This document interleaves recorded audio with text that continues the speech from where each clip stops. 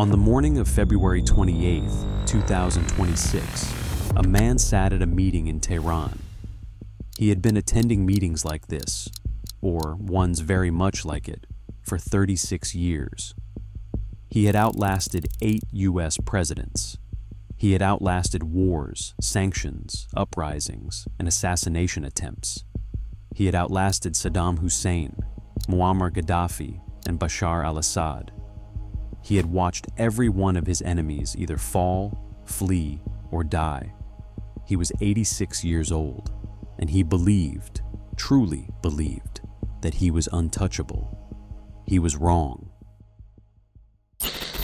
Snacks. By the time this video is published, new details may have emerged. Any necessary corrections will be noted in the description. To understand what happened on February 28th, you first need to understand who Ali Khamenei actually was, because the Western media never quite got it right. He wasn't a king. He wasn't a president. He was something much harder to define. Ali Hosseini Khamenei was born in 1939 in the city of Mashhad, a deeply religious city in northeastern Iran, home to one of the holiest shrines in Shia Islam. From the very beginning, his life was shaped by faith and defiance. As a young cleric, he studied under Ayatollah Ruhollah Khomeini, the man who would go on to lead the 1979 revolution that toppled the Shah. Khamenei wasn't just a student of revolution, he was a participant in it. He was arrested 6 times by the Shah's secret police. He survived an assassination attempt in 1981 that permanently paralyzed his right arm. He was not soft. He was not naive. He had been tested. When Khomeini died in 1989, the Assembly of Experts needed a successor. Khamenei wasn't the obvious choice. He was a mid-ranking cleric, not a grand ayatollah. He himself reportedly expressed doubts about whether he was qualified. But the Constitution was quietly amended to remove the religious credential requirement, and Khamenei was elevated to the highest office in the Islamic Republic. For the next 3.5 decades, he ran Iran, not just politically, completely. The military answered to him. The judiciary answered to him. State broadcasting answered to him.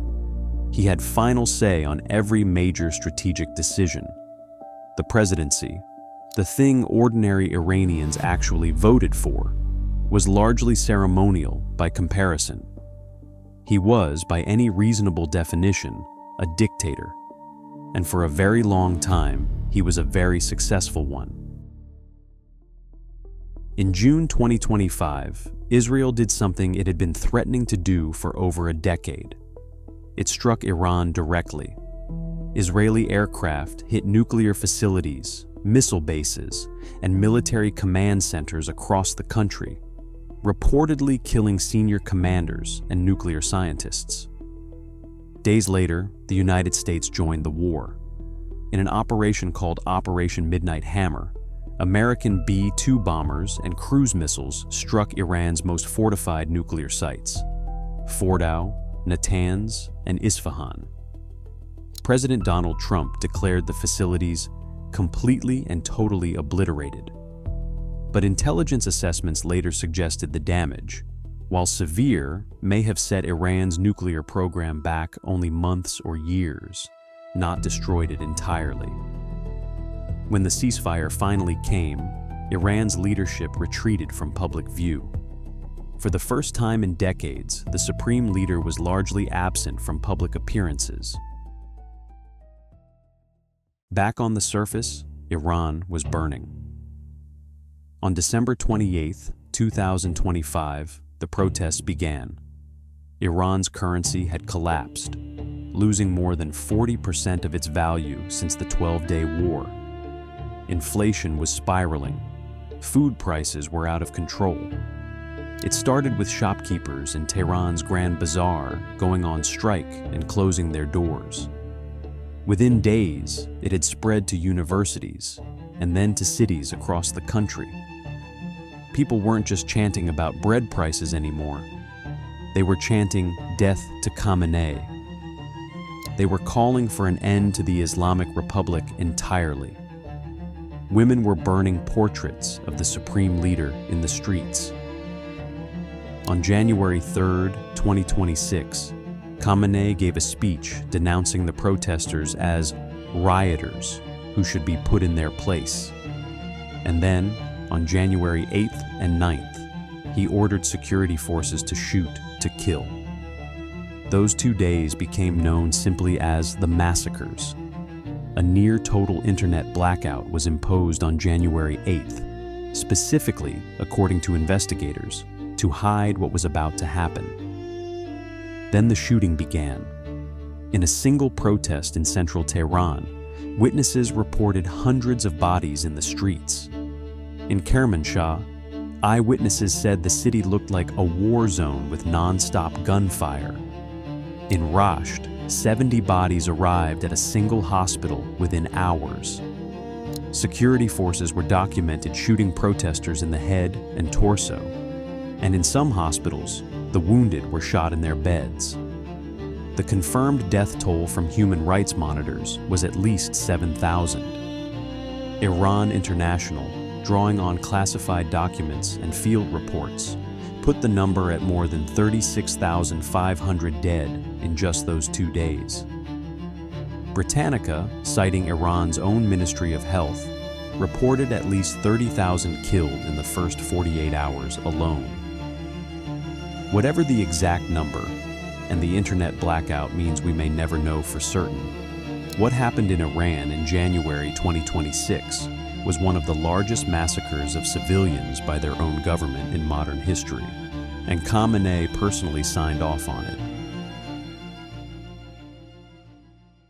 For months before February 28th, the CIA had been running a surveillance operation focused on one thing: tracking Khamenei's location and daily patterns. He was hard to find. That bunker, that 5-minute elevator, they were specifically designed to make him impossible to hit. The few times he appeared in public, it was unpredictable and brief. And Israel had tried before. For months, the opportunity never came. But then something changed. The CIA identified Khamenei's location and alerted Mossad, having learned that a high-level meeting of Iran's political and military leadership, chaired by Khamenei himself, would take place on the morning of February 28th. He would be above ground. He would be in a known location.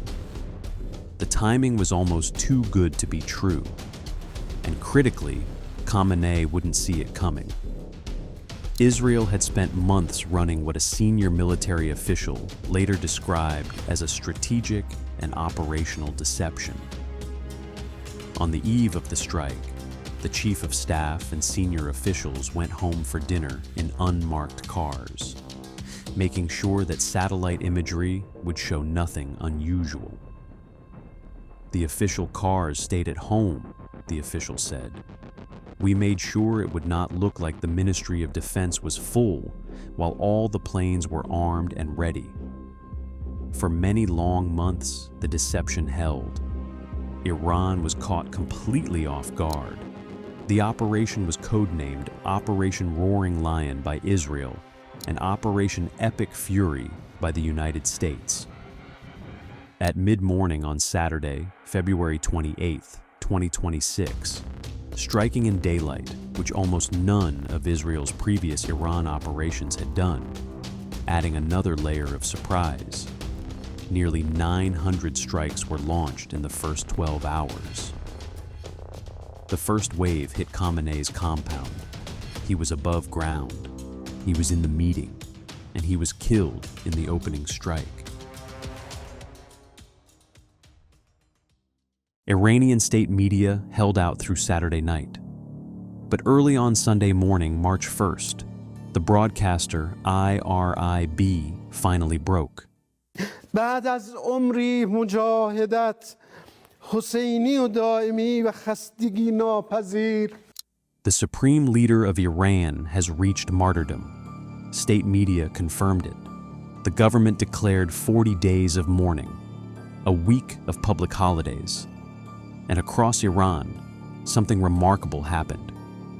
In Tehran, eyewitnesses reported loud cheers echoing through the streets. Residents threw open their windows. Celebratory music played. Videos circulated from Isfahan, Shiraz, Karaj, Kermanshah, Sanandaj, and Qazvin, city after city, people in the streets. In Tehran, people were filmed cheering as a statue of Khamenei was toppled.